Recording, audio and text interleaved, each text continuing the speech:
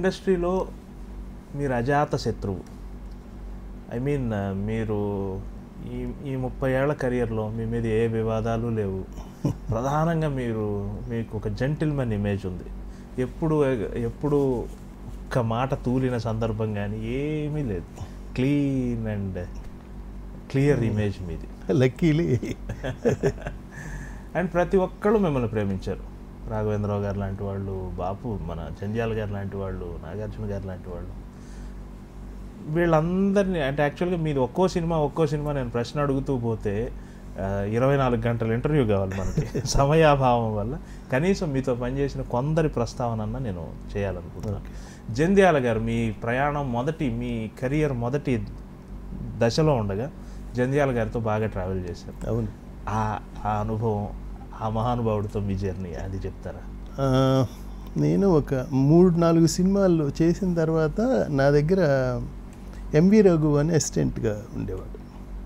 యాక్చువల్గా ఆయన కళ్ళు రఘు కూడా స్వామి గారి అసిస్టెంటే, నా తర్వాత అసిస్టెంట్ అనమాట. నేను కెమెరామెన్ అయిన తర్వాత స్వామి గారిని నాకు ఒక అసిస్టెంట్ కావాలి కదండి, మీ దగ్గర నుంచి ఒక అసిస్టెంట్ని ఎవరిని తీసుకుంటానంటే నీకు ఎవరిని కావాలో వాళ్ళని తీసుకోమన్నారు.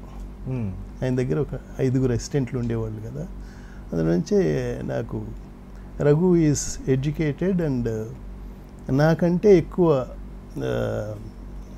Well read man. తర్వాత చాలా నాటకాలకి వాటికి కూడా ఈ జంధ్యాల గారితో వీళ్ళతో విజయవాడలో అనుభవం ఉన్నాడు.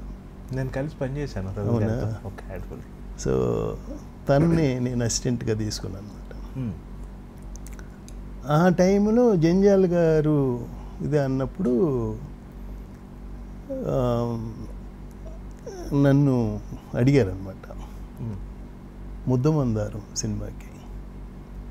సో ఆ సినిమా పనిచేస్తూ ఉండగా నా వాళ్ళ మిస్సెస్ కూడా రాజమండ్రి నుంచే వాళ్ళిద్దరూ.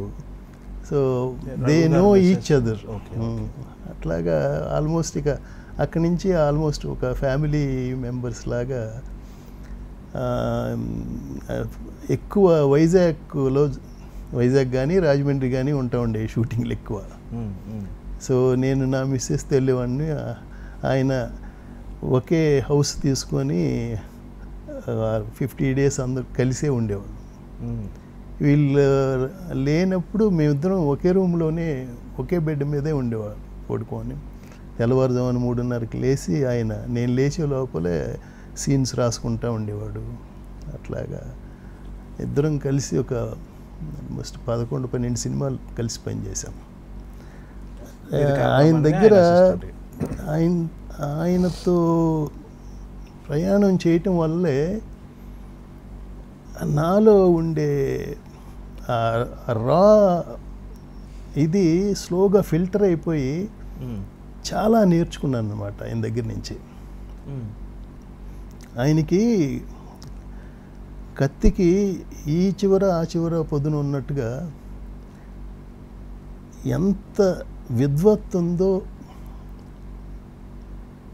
అవి చెప్పేవాళ్ళు. ఇటు ఎంటర్టైనింగ్గాను, తర్వాత ఆ కమర్షియల్ ఆస్పెక్ట్లో ఉండే ఇవి. సో అలాగా ఆయనతో ఉండే సో మెనీ ఇయర్స్ ఆ జర్నీలో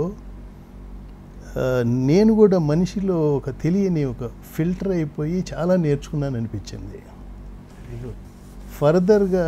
ఫర్దర్ జర్నీ ఆయన వల్లే నేను మిగతా సినిమాలకు కూడా బెటర్గా మిగతా వాళ్ళ ఇవి అర్థం చేసుకోగలగటం ఇవన్నీ కొంత ఆయన వల్ల. ఆ సిరీస్ మొత్తం మీరు ఆనంద భైరవి తెలుగులో కన్నడలో 2 చేశారు. నంది అవార్డు సినిమా ఆనంద భైరవి.